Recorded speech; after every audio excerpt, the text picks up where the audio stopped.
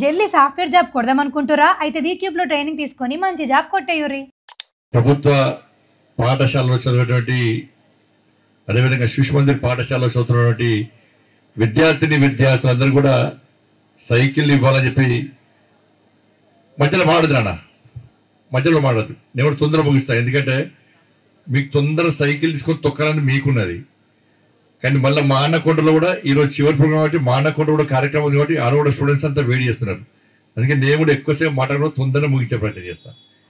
మరి ఈ కార్యక్రమంలో వేదికపై పెద్దలు శాసన మండలి సభ్యులు శ్రీ అంజరెడ్డి గారు, అడిషనల్ కలెక్టర్ గారు, అడిషనల్ ఎస్పీ గారు, ఆర్డీఓ గారు, డిఓ గారు, అదేవిధంగా మా కరీంనగర్ రాజన్న సిరిసిల్ల జిల్లా భారతీయ జనతా పార్టీ అధ్యక్షులు గోపి గారు, పెద్దపల్లి జిల్లా అధ్యక్షుడు సంజయ్ రెడ్డి గారు, మా సీనియర్ నాయకులు ప్రతాప రామకృష్ణారావు, డాక్టర్ వికాస్ గారు, అదేవిధంగా విచ్చేసినటువంటి విద్యార్థులు, పాత్రికేయ మిత్రులు, ఇతర పార్టీ కార్యకర్తలు, ఇతర పెద్దలందరూ కూడా హృదయపూర్వక నమస్కారాలు. వాస్తవానికి ఇది ప్రజా సంగ్రామ యాత్ర చేస్తున్న విషయం, ఎందుకంటే ఈ జిల్లా కూడా ప్రజా సంగ్రామ యాత్ర పేరు వచ్చి నేను బీజేపీ రాష్ట్ర అధ్యక్షునిగా నేను నియమించిన తర్వాత, ఎందుకంటే మీరు అందరు ఇక్కడ హైయెస్ట్ ఓటు కూడా విమలాడికి వచ్చినాక అప్పుడు ఎక్కువ ఎక్కడి నుంచి వచ్చినాయి, విమలాడికి ఎక్కువ వచ్చినాయి. విమలాడు నియోజకవర్గం నుంచి ప్లస్ మానకొండూరు చెప్పదండి ఎక్కడైనా. కాబట్టి రాజరాజేశ్వర స్వామి మీ అందరికీ సేవ చేసే అవకాశం నాకు ఇచ్చిన అదృష్టంగా భావిస్తానండి. ఆ స్వామి వారి ఆశీస్సుతో ఇలా మీ అందరికి సేవ చేస్తున్నా. కాబట్టి ప్రజా సంగ్రామం, ఎందుకంటే మీరు కష్టపడడానికి గెలిపిస్తే నరేంద్ర మోడీ గారు, జేపీ నడ్డా గారు నన్ను బీజేపీ రాష్ట్ర అధ్యక్షుడిని చేశారు. చేసిన తర్వాత రాష్ట్ర అధ్యక్షుడిని చేస్తే పార్టీని ముందు నడపాలి, కార్యకర్తల కోసం పనిచేయాలి, పార్టీ కోసం పనిచేయాలని చెప్పి ఒక ఆలోచనతో మోడీ గారు ఏం చెప్పారంటే, అధ్యక్షులు ఎవ్వరు కూడా ఇంట్లో కూర్చోవద్దు, అందరూ పబ్లిక్ లో తిరగాలి, ప్రజల్లో కలవాలి, ప్రజల సమస్యలను తెలుసుకోవాలి, ఏసీలలో కూర్చొని గ్లామర్ పెంచుకొని రెస్ట్ తీసుకోవద్దని చెప్పి మోడీ గారు మా పార్టీ మీటింగ్ లో చెప్పిన తర్వాత నేను ప్రజా సంగ్రామ యాత్ర పేరుతోని ఈ తెలంగాణ రాష్ట్రంలో యాత్ర చేపట్టిన. 150 రోజుల పాటు ఎండ వర్షం చలి ఏం పట్టించుకోకుండా 150 రోజులు 1600 కిలోమీటర్లు ప్రజా సంగ్రామ యాత్ర చేసిన. సరే, దాని పడ్డ ఇబ్బందులు అవన్నీ రాజకీయం అయితే కాబట్టి రాజకీయ వేదిక కాదు కాబట్టి అని చెప్తున్నాను నేను. ఈ ప్రజా సంగ్రామ యాత్ర చేసినప్పుడు రైతుల కష్టాలేంది, విద్యార్థుల కష్టాలేంది, యువత కష్టాలేంది, ఉద్యోగస్తుల కష్టాలేంది, మహిళల కష్టాలేంది, ఇట్లా అన్ని కష్టాలు తెలుసుకొని నెక్స్ట్ ప్రభుత్వం ఏర్పడితే ఆ సమస్యలకు అనుగుణంగా మనం పాలించాలని చెప్పి ఒక ఆలోచనతో, లేకుండా సమస్యలను ప్రభుత్వం తీసుకురావాలని చెప్పి ఆలోచనతో ఈ ప్రజా సంగ్రామ యాత్ర చేస్తుంటే నిర్మల్లో ఒక ఊరికి పోయినా మేము. ఇది అందరి నాలి, పిల్లలందరి నాలేదు, అందరి పాప కూర్చో, పాప మీరు కూర్చోండి, కూర్చో. నిర్మల్లో ఒక ఊరికి పోయినా మేము. ఆ ఊరి పోతే ఆ ఊర్లో ఒక చెట్టు కింద మహిళలందరూ బీడ చుడుతున్నారు. నేను ప్రజా సంగ్రామ యాత్ర పేరు మీద పోతే వాళ్ళందరూ ఏం చేసినంటే, మీ రాజకీయ నాయకులు ఎలక్షన్స్ అప్పుడే వస్తారు, మళ్ళా రారు అని చెప్పిన తర్వాత నేను చెప్పిన, అమ్మాయి ఇప్పుడు ఎన్నికలు లేవు, ఓట్లు లేవు, నేను ఓట్ల కోసం రాలే, మోడీ గారు అంతే వచ్చినా మీ కష్టాలు తెలుసుకోవడానికి వచ్చినా అంటే, ఇక అన్నది సార్ ఏ కష్టాలు పక్కన గుడిసె చూడుర్రి, ఆ గుడిసె మొన్న కొట్టుకపోతే మేమే మనిషికి 50-100 రూపాయలు వేసి ఆ గుడిసె ఇచ్చినాం. ఆ గుడిసెల ఒక ముసలం ఉంటుంది, ఒక పిచ్చి పిల్లగాడు ఉంటాడు అన్నాడు. పిచ్చి పిల్లగాడు ఉంటాడు, పోయి వాళ్ళ గుడిసేయించి పోరి అని చెప్పన్నాడు. సరే అని చెప్పి నేను గుడిసెలకు పోయినా. పోతే ఒక ముసలం ఉన్నది, ఒక అబ్బాయి ఉన్నాడు. ఈ అబ్బాయి ఏం చేస్తాడమ్మా అని అడిగాను నేను. వాడు పిచ్చోడుస్తారంటుంది వాళ్ళ అమ్మమ్మ, వాడు పిచ్చోడుస్తారంటుంది వాళ్ళ అమ్మమ్మ. ఊరు మొత్తం ఏమంటున్నారు, పిచ్చోడు అంటున్నారు పిల్లని. ఆ పిల్లని చూస్తే అట్లా పిచ్చిలా కనిపిస్తలేదు నాకు. నీ పేరు ఏం పేరు అంటే చిన్న పేరు చెప్పాడు. నువ్వు ఏ స్కూల్ అంటే స్కూల్ అంటున్నాడు. నువ్వు ఏ స్కూలు అంటేనే స్కూల్ అంటున్నాడు. స్కూల్ అంటే భయం నేను లోపల. సరే అన్ని అడిగినాక ఎంత చెప్పినా ఇంటిలో కూడా వినకుంటే, సరే వాళ్ళ అమ్మమ్మను మీతో అందరినీ బయటకు పంపించిన. అరే నువ్వు నేను దోస్త్ అన్నాడు. అన్ని ముచ్చట్లు పెట్టి నీకు ఏమి ఇష్టమో అన్ని ముచ్చట్లు పెట్టి మీ దోస్తుల పేరు చెప్పు అన్న. ఎంతమంది దోస్తులు అంటే 8 మంది దోస్తులు 6 దోస్తులు అన్నాడు. మనం స్కూల్కి పోవాలంటే ఏం చేయాలంటే పోతారంటాడు. అంటే నువ్వు స్కూల్కి పోకు, నువ్వు చదువుకోకు, నువ్వు మీ దోస్తులకు నీకేం తేడా ఉంది ఎప్పుడు నీ దోస్తులు ఇతరు మంచిగా ఉంటారా అన్న. మీ దోస్తులు ఇతరు మంచిగా ఉంటారా అంటే మా దోస్తులు నన్ను సైకిల్ ముట్టనియరు సార్ అన్నాడు. అంటే మీ దోస్తులకు ఎంతమంది సైకిల్ నడుస్తారు? అందరికీ సైకిల్ వస్తారు. 8 మందికి సైకిల్ ఉన్నది, నా ఒక్కరికి సైకిల్ లేదు. నేను వాళ్ళ సైకిల్ ముడతానని కొడుతున్నారు. నేను స్కూల్కి పోతాను, అందుకే నేను పోతాను నేను అన్నాడు. అప్పుడు దొరకబడ్డా. ఈయన ఎందుకు పోతున్నాడు స్కూల్కు? వాళ్ళ దోస్తులకు సైకిల్ ఉంది, ఈయనకు సైకిల్ లేదు, స్కూల్కి పోవడం ఇబ్బంది అనిపిస్తున్నది అన్న చెప్పిన. మరి నీకు సైకిల్ కొనిస్తాను స్కూల్కి పోతావా అన్న. పోతా సార్ అన్నాడు. నేను పోతా సార్ అన్నాడు. అంటే పిచ్చోడా కానీ ఊరు మొత్తం ఏం చేసింది? పిచ్చోడు చేసింది. వాళ్ళ అమ్మ కూడా పిచ్చోడు చేసింది లాస్ట్కు. నిజంగా మెంటల్ కొంచెం బాగా ఇబ్బంది అయిపోతుంది ఆ అబ్బాయికి. అందరూ పిచ్చోడు అనేసరికి ఈ మైండ్లో కూడా ప్రెషర్ పెట్టి స్ట్రెస్కి లోనయ్యి నిజంగా అంటే ఆ అబ్బాయిని ఇబ్బంది పెట్టే ప్రయత్నం చేశారు. నువ్వు సైకిల్ స్కూల్ పోతా అంటే వెంటనే పోయి యాత్ర మధ్యలో నడుచుకుంటూ పోయి సైకిల్ స్టోర్ పోయి సైకిల్ కొనిస్తే ఆ అబ్బాయి స్కూల్ పోతున్నాడు. మళ్ళీ మొన్న తెలుసుకుంటే సైకిల్ మన స్కూల్ 3 సంవత్సరాలు స్కూల్కి పోయినట. మన స్కూల్ బంద్ చేస్తా అంటే మళ్ళీ మన జిల్లా అధ్యక్ష భువన చెప్పిన పోయి మళ్ళా మాట్లాడు అంటే అన్న మళ్ళా మాట్లాడు మరి బండి కొనిమంటే నా వచ్చాడు బండి కొనిస్తాను చెప్పిన. స్కూల్ పోతానండి బాబాయ్. ఇది చూసిన తర్వాత నేను సరే అంత తిరిగి స్కూల్ సైకిల్ కొనియడం మీరు నమ్మరు.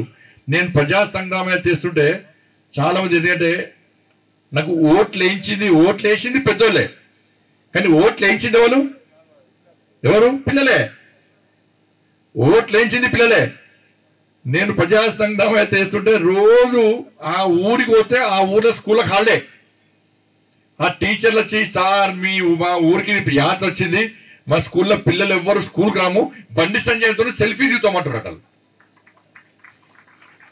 ఈ పేదరికం ఎంత బాగా అనిపిస్తుందంటే నేను పోతుంటే యాత్ర చేస్తుంటే ఆడొక 10 మంది పిల్లలు నిలబడతారు. వాళ్ళు నాతో ఫోటో దిగడానికి ఒక ఆలోచన వస్తుంది. దానిలో ఒక 3 చెప్పులు ఉండయి, బట్టలు ఉండవు. సరిగా మిగతా వాళ్ళు వచ్చి సెల్ఫీ దిగుతారు.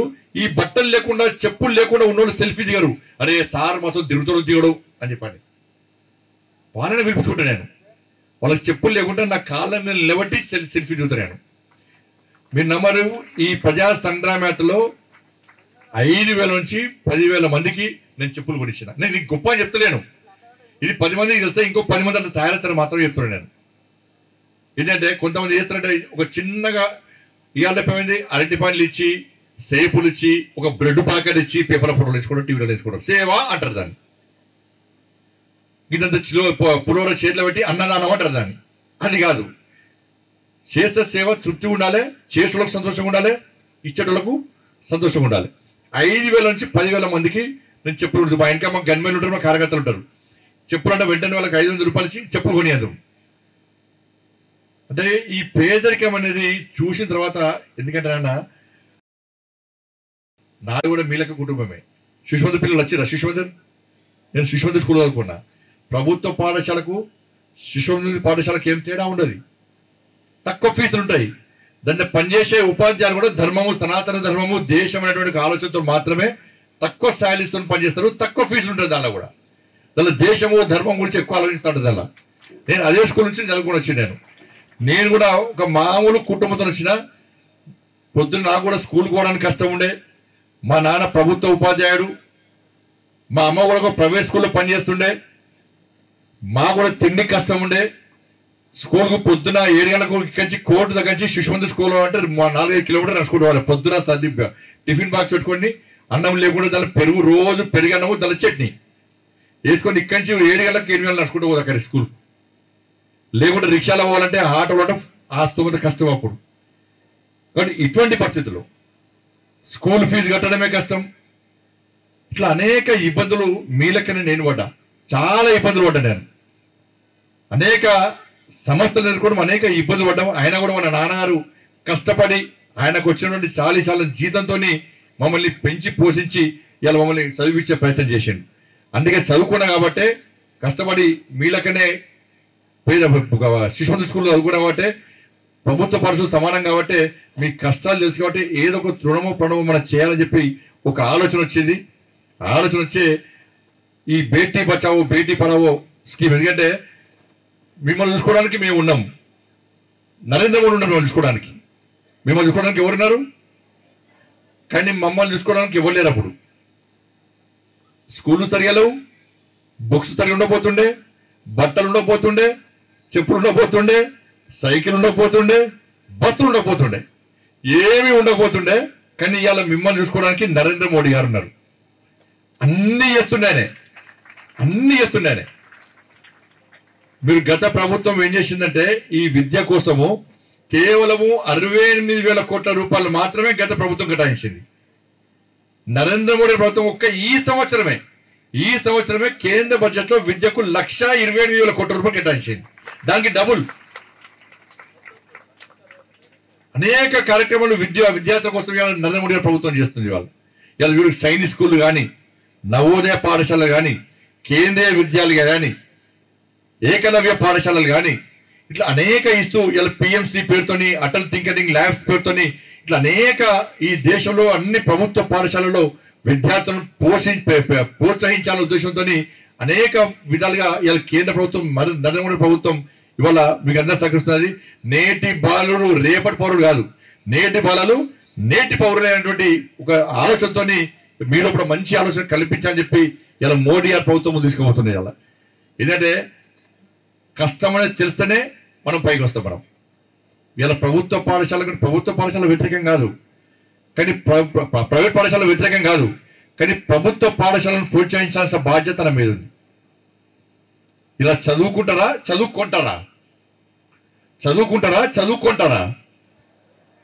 చదువుకునేటి ప్రభుత్వ పాఠశాలలు, చదువుకునేటి కొన్ని ప్రైవేట్ పాఠశాలలు.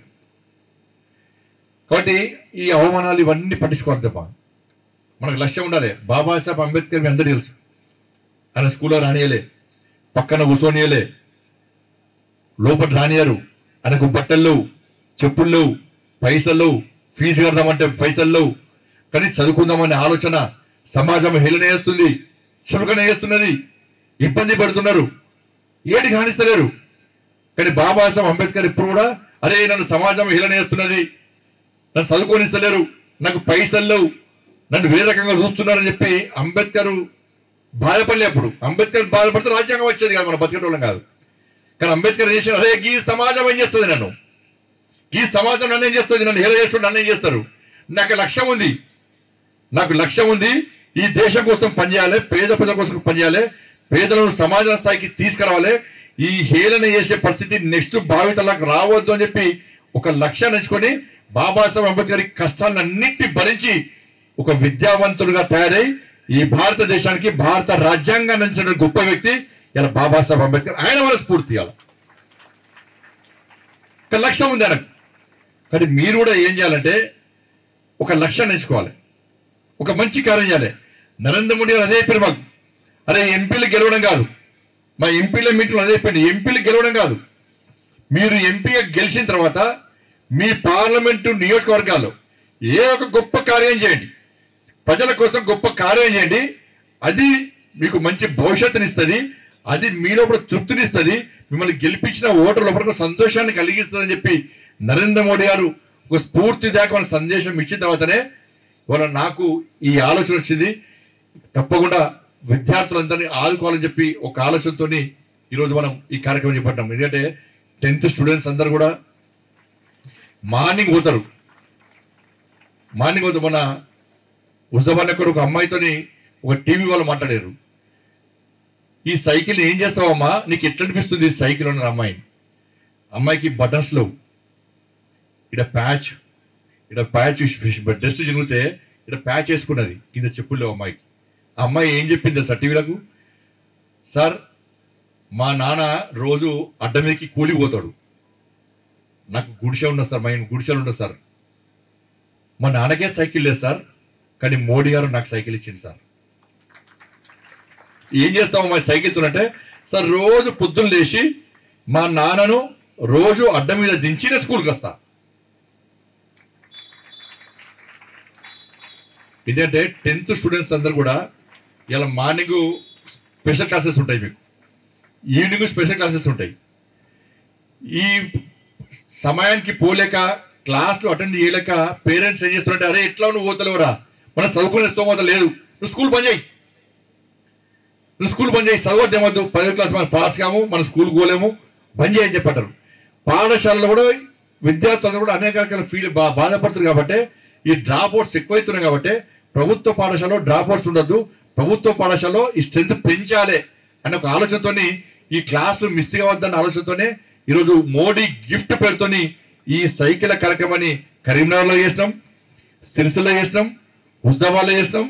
హుస్నాబాద్లో అయిపోయింది, చొప్పదంలో అయిపోయింది. ఇక మిగిలింది వేములవాడ, మానకొండూరు. ఆ రెండు కూడా ఈరోజు మనం పూర్తి చేసే ప్రయత్నం చేస్తున్నాం.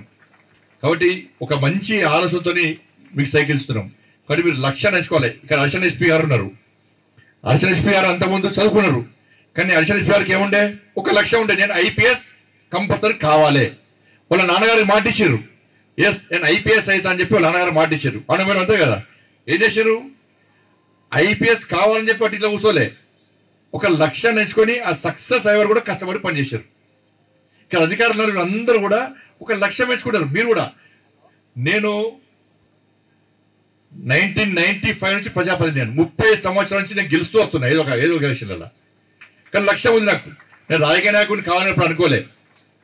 నేను ఏబీవీపీ కార్యకర్త, ఆర్ఎస్ఎస్ ఉన్నప్పుడు ఏబీవీ కార్యకర్త ఉన్నప్పుడు ఏబీవీ ఫుల్ టైమర్ పోవాలనుకున్నా, విద్యార్థి పరిషత్ ఫుల్ టైమర్ పోవాలనుకున్నా, రాజకీయాలంటే ఇష్టం లేకుండే.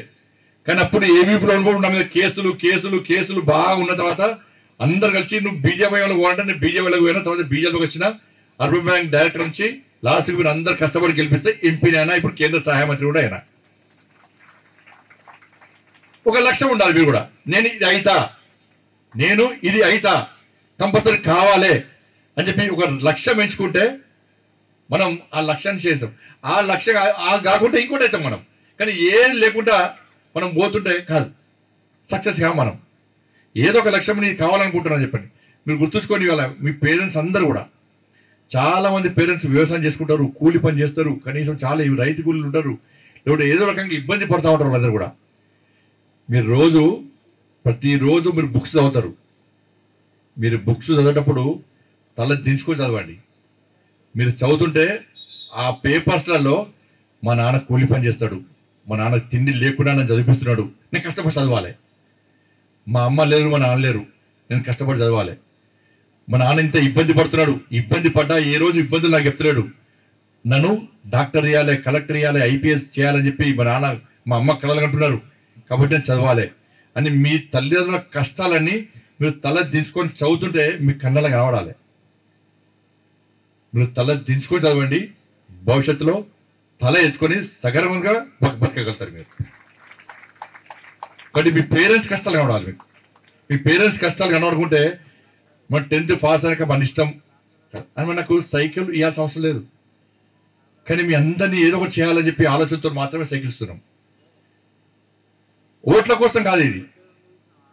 నేను నెక్స్ట్ 10th లో కూడా ఇస్తాను చెప్పిన, ఇప్పటి 10th వాళ్ళకి ఇస్తా, నెక్స్ట్ 9th వాళ్ళు 10th వస్తా వాళ్ళకు కూడా ఇస్తా.